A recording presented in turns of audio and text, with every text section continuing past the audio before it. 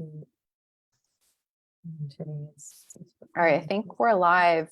Sorry, everyone, for being a couple minutes late. We're having some technical difficulties. We tried to go live in the Facebook group, but that wasn't working. So hopefully you're able to join us on the Facebook page, and hopefully you saw a little notification that we're live. And we will share this in the private group so that way you can see it there as well. And this will be recorded if for some reason you missed it. So sorry for the inconvenience. But welcome back. We're so excited to be here with you guys. I'm Sharon and I'm here with Coach Annika.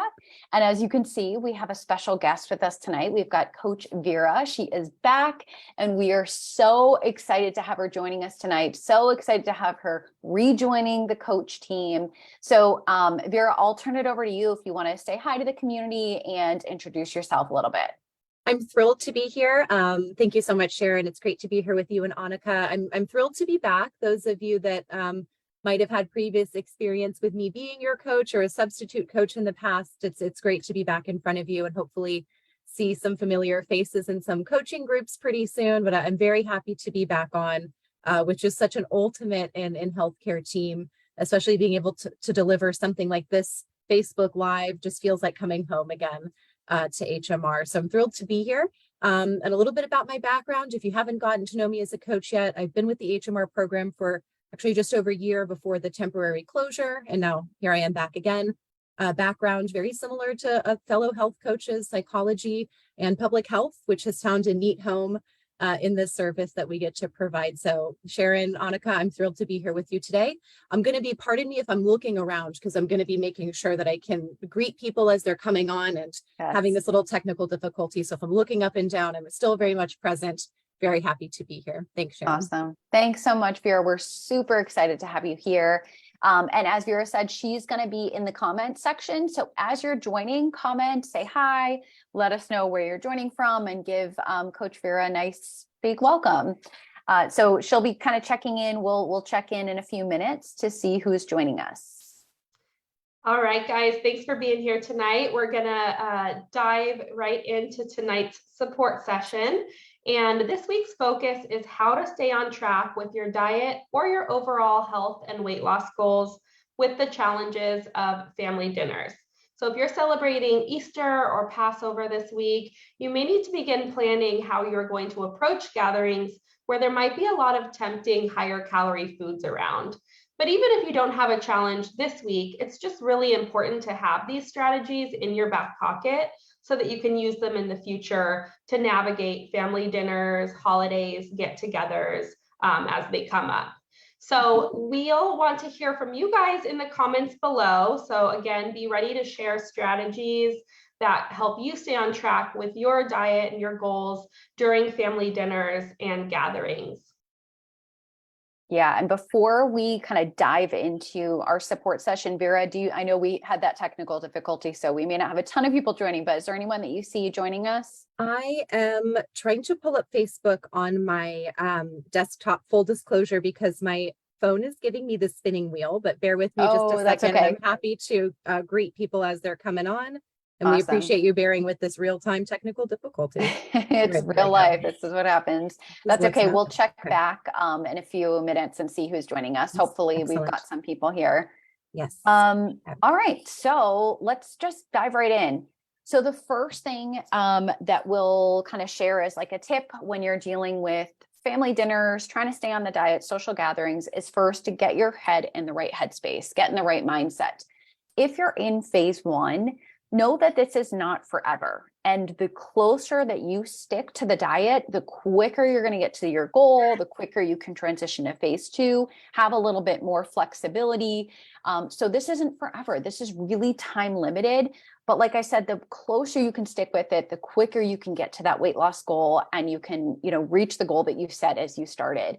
And instead of focusing on all the things that you can't have, that can feel really depriving and really defeating. Focus more on what foods you can enjoy, making yourself, a crunchy, delicious plate of roasted vegetables with tons of flavor, a delicious fruit salad, maybe one of your favorite entrees, a fun new recipe. Focus on the things that you're excited to enjoy, and maybe try something new that you're really excited to have. And then, when it comes to specifically family dinners and gatherings, try to shift your energy and focus away from the food aspect and just on enjoying the company. Who is there with you that you're not normally with that you can catch up on and enjoy their conversation and just enjoy your time together.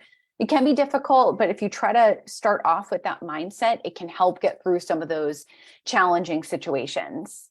Yeah, absolutely. And it's so important too, when it comes to these family dinners, gatherings, to get the family on board. You're not just losing weight, you're also improving your health. And that's worth sharing with your loved ones. One thing that we've been discussing in our coaching groups this week is what healthy behaviors are rubbing off on those around you, your friends, your family, people in your circle. So, we'd love to hear from you guys, those of us joining us. If you can share in the comment, let us know your answer to this question. How are your friends and family members adapting healthy behaviors along with you? So, start thinking about what foods you keep around for your family. What are the cookies, are the chips, are the snacking foods really the best thing for everyone? So at dinner, planning some meals and sides, with your fruits and veggies that you can all enjoy together is a great idea. For example, large batches of roasted veggies, grilled veggies, especially as we're getting into the spring and summer months, grilled veggies, even grilled fruit, things like that the whole family can really enjoy. Other examples you could do, a baked potato bar, having fun toppings like salsa, avocado, beans. You can add your HMR turkey chili, making nice big spring and summer salads with black beans, chickpeas, all the vegetables that you love, steamed or grilled corn on the cob. There's so much opportunity for variety when it comes to adding the fruits and veggies to the family meal. And as you begin adding more of these into your own diet, really exposing your friends, your family to more foods can positively impact their health in return. Yep. Yeah. Absolutely. Vera, do we have anyone joining us? Erin, I was just going to chime in that I'm still getting the spinning wheel, but I want to add on to what Coach Annika is saying, because I know, regardless of whether I can see it or not, and I apologize for the technical difficulty again, I've heard a lot of chatter along with what Coach Annika is saying this week in the groups that I've been coaching as well on the health behaviors that are rubbing off on family members. One coaching client takes frequent lunch break walks, and now he's got his office staff joining him as well because they know that that's what he gets up to on his lunch break walks. We've got kiddos asking for vegetables, asking in phase 2 groups for where's the whole grains on my plate. And so it's nice that the role modeling behavior that I'm hearing about, especially with kids, it's really getting that next generation, and that's really inspiring. My own anecdote on this is my mom doesn't live in my city, so she likes to come and visit me. We have what we call our girls' weekends. And every time she comes for a girls' weekend, she says, gosh, Vera, I just leave. And I feel like I've gone through a really healthy boot camp. She's like, you always remind me of how we order on restaurant menus. We're always getting active and going for beautiful walks. And you're always, helping me read the ingredient labels. And so that's my own personal anecdote for, that's awesome. My mom just loves those interactions. So yeah, I know that I'm sure we're getting these comments, and I'm just sorry that I can't see them. Oh, no, that's okay. I actually just pulled it up and I'm seeing some people here. Yeah, no problem. So we've got Lori from Costa Mesa, Clue from, I'm going to butcher that, somewhere in California, Lori from Toledo, Ohio, Tanya from Yorba Linda, California. So we've got people all over. Again, we apologize that we had some technical difficulties and have to shift over from being in the group, which is what people are expecting, but I'm so happy you guys are here and joining us tonight. So keep commenting, let us know. We'd love to hear, as Annika and Vera were both saying, what are some healthy behaviors that you're doing that are rubbing off on others around you? It's so great and inspiring to hear how your healthy behaviors are not just affecting you, but your loved ones as well. So comment and let us know, and we'll continue on with our support session. So the next thing that we want to focus on is matching your meal. And this is one of my favorites because there's so many great ways that you can take the food that your family is enjoying and actually make your own healthier HMR version of that. So whenever possible, match your meal to what your family's eating. So let's say it's pasta night in your house. Have an HMR ravioli or an HMR lasagna. If your family's enjoying stew, you can have the HMR vegetable stew entree. If they're barbecuing, you could do the barbecue chicken and you grill some pineapple and peppers or your other favorite fruits and vegetables. And then along with that, you all can enjoy the same vegetables together. So you can make a big batch of roasted or steamed vegetables with your favorite seasonings that everyone can enjoy. You can do a nice, delicious big fruit salad. So you just have to kind of get creative and think about what foods your family, or maybe it's not your family dinner, maybe it's an event that you're going to or a holiday. What are they going to be having there, and what can you have that you're going to enjoy the flavors, not feel like you're missing out, and really be able to enjoy that meal with your family? Yeah, great point. I actually did that last week. On my grandma's birthday, she made a big soup, and I brought my pasta fagioli and threw it in some broth with some zucchini.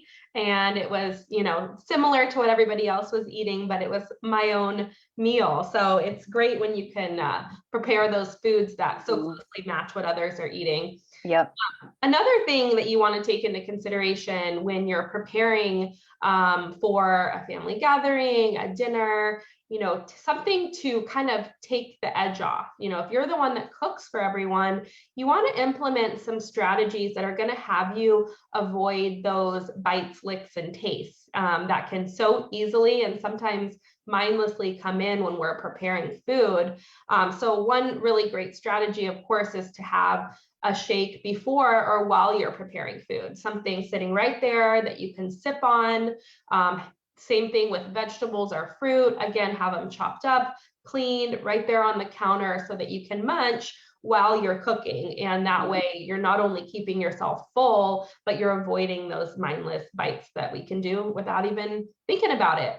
One strategy I like is having a designated taste tester, especially if you're in the phase 1 box. If you have a kiddo around or someone in the house, saying, you're going to help me as I'm adding seasonings or preparing foods to taste those foods. But also, you really want to make sure you have a plan, and you want to stick to it. If you're preparing food, sometimes the time gets away from you and it can be hours and you realize you haven't eaten or drinking anything. So having a plan for how to start the morning strong, get in those food servings, get in your water, and really kind of stick to that plan so you can stay on track. Mm-hmm. Love it. Such great tips. Those really resonate with me. I know when I go to cook myself dinner, for some reason, I don't know if it's the anticipation of getting ready to have a meal, but I all of a sudden am like hungrier. So I'll have like cut up fruit or something to munch on there. So I'm not eating all of the food before I even get to my meal. So great tips. So I think this is one of our second to last tips that we're going to share. So how to deal with food pushers. So this is another big challenge, is it's not just necessarily feeling like you're missing out on the food that you're eating, but it's also people who might not understand what you're doing and are kind of pushing or insisting that you eat the food that they prepared, the food that everyone else is eating. This can be super challenging. I have my own challenge with this. My mother-in-law loves to serve. She loves to cook. She loves to give people food. It's like her love language. And I don't want to offend her. I don't want to always say no. So it's really, it can feel really awkward sometimes. So, I want to let you know you're not alone. We all deal with this. Mm-hmm. And these conversations can be a little uncomfortable. But because we have these goals and because you have your big reason of why you're working towards these goals, we have to sometimes tolerate those uncomfortable conversations and ask for support. And just let people know, explain to them what you're doing, why you're doing it, why it's so important to you, and why you need their support. So one thing you can do ahead of any social gatherings, family events, whatever it is kind of develop a script, something that you feel comfortable sharing and explaining exactly what you're doing, why you want to lose weight, why you want to get healthier, why this is important to you, and ask for their support. Sometimes just explaining what it is that you're doing and asking for that support might be all that it takes.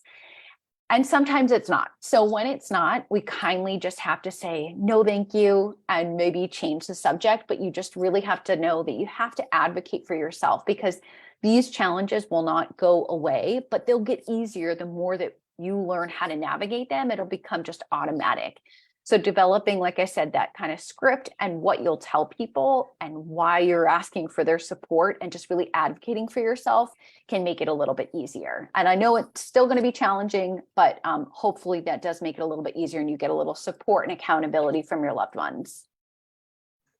Yeah, absolutely. And it just gets easier the more you practice it too. So especially if you're just getting started, kind of setting that tone is helpful. So one thing I wanted to talk about, as far as a phase 2 strategy, in phase 2 and beyond, when you have a little bit more flexibility with what you can eat, it could be really easy to overindulge in some of these settings where a lot of tempting foods are in your environment. So one of my very favorite strategies for approaching family gathering, holiday, dinner, where there's a lot of tempting foods around is the add, enjoy, avoid approach. And this really helps you kind of establish a clear plan for what you will eat and what you will plan to avoid. So by the add portion of this is what foods will you add to your shopping list, add to your meal, add to the event. So wanting to make sure that you have a good amount of options there that are going to help you balance your meal, balance your calories, maybe even adding extra HMR foods, but definitely lots of fruits and veggies, healthy add-ins. Enjoy, there may be certain things that you are planning to say yes to. Maybe there is a certain dessert or something, some side that you just know you want to enjoy a little bit of it. Decide that ahead of time, but also avoid. Are there certain foods that you want to make sure you avoid that might be too tempting or might lead to some overconsumption? So, that way you're really having a plan for what you can add to the meal, add to the day, to make it balanced and healthy, what you're going to avoid and what you're going to enjoy. And, by using this approach in phase 2, you're really developing your skills for long-term kind of calorie balancing and focusing on that in the long run. Yep. Great approach. And I'm just seeing comments. I know I see people joining us, and for those who are just joining us, I apologize. Again, we had technical difficulties. We meant to go live in the Facebook group, but for some reason it wasn't working. So we decided to hop on live on the HMR Facebook page, but we will share this entire live in the group so that way you can see the full thing and get that support before the weekend. But one thing I wanted to point out is that Shane mentioned BLTs add up quick. And I'm not talking about bacon, lettuce, tomato sandwiches. These are bites, licks, and tastes. And it seems like it's so harmless. You're just going to take a little piece of this, a little piece of that. The calories add up very quickly. So really using these strategies, really sticking to your plan, staying on the diet during these challenging times, keeping yourself extra full, using that more is better, can really help you stay on track and get to your goal quicker. As we go throughout spring and then get into summer, these challenges are just going to keep on coming in. So practicing all these things can make them much easier and more automatic the next challenge that shows up. So thank you guys so much for joining us tonight. For those of you who were able to join, again, we're going to share this in the group so you'll be able to see the whole thing. We hope that this was helpful and you got some tips and ideas to help you stay on track this weekend if you're celebrating holidays or any other challenges that will come up in the future. So, and in 2 weeks, we're going to be having another Facebook Live on April 20th, and I will send details about that, let you know where you can join, and hopefully we can mitigate some of these technical difficulties. But thank you for those of you who could join us tonight, and have a great night, everyone. Bye, guys. Bye.